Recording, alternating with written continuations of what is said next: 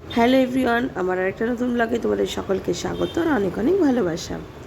কেমন আছো তোমরা সকলে? আশা করি ভালো আছো, আমিও খুব ভালো আছি। আচ্ছা, মন খারাপ থাকলে মন ভালো করার কী ওষুধ আছে, কেউ কি তোমরা সেটা জানো? আমি জানি।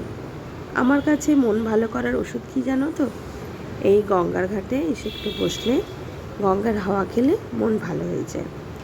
আমার তো নিজের ক্ষেত্রে সেটা আমি দেখিয়েছি, আর এটা না আমি অনেকের কাছেই শুনেছি, অনেকে বলেছে আমাকে যে মন যখন খারাপ থাকে না, গঙ্গার ঘাটে এসে বসলে পরে মন ভালো হয়ে যায়, গঙ্গার হাওয়া খেলে মন সত্যি ভালো হয়ে যায়। আর আমি সেটা নিজে মানি, কারণ আমার মন ভালো থাক আর মন খারাপ থাক, আমি দুটো কারণেই গঙ্গার ঘাটে মা গঙ্গার কাছে চলে আসি।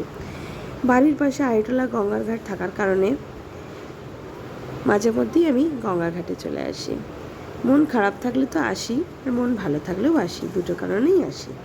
গঙ্গার ঘাটে আসার জন্য কোনো কারণ দরকার পড়ে না, কারণে অকারণে দু কারণেই, দুটোর জন্যই চলে আসা যায়।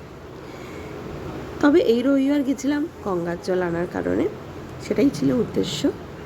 আর তার আগে রবিবারও গেছিলাম সকালবেলায় ঘুরতে, সকালের গঙ্গার হাওয়া, গঙ্গার পরিবেশটা দেখার জন্য।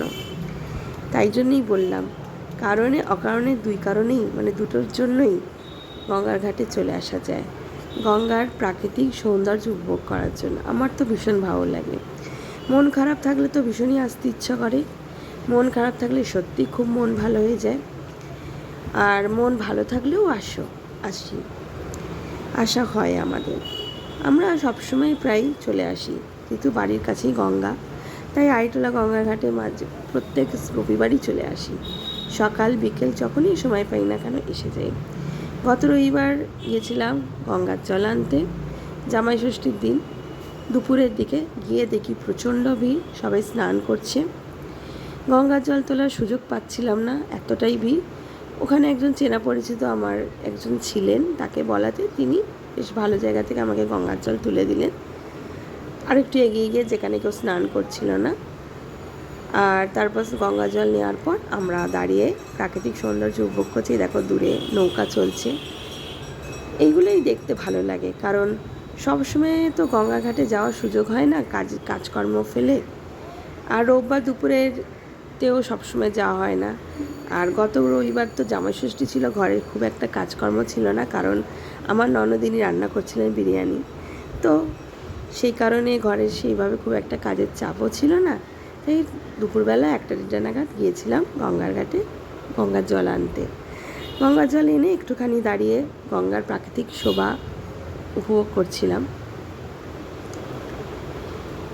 তারপর গঙ্গার জল রেখে কিছুক্ষণ আমরা ওখানে সময় কাটালাম। পাশ দিয়ে কুলফিওয়ালা ঘন্টা বাজিয়ে কুলফি নিয়ে যাচ্ছিলো, আমার খেতে খুবই ইচ্ছা করছিল, কিন্তু আর খেলাম না, কারণ গঙ্গার দূরের সৌন্দর্য আর গঙ্গাবক্ষে চলমান নৌকা সৌন্দর্য, এই দুই সৌন্দর্যে আমি সত্যি মত্ত ছিলাম, আর দারুণভাবেই সৌন্দর্য উপভোগ করছিলাম।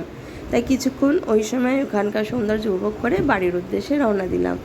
আর পথ চলতে গঙ্গার সৌন্দর্য উপভোগ করতে করতে এগিয়ে চললাম বাড়ির পথে।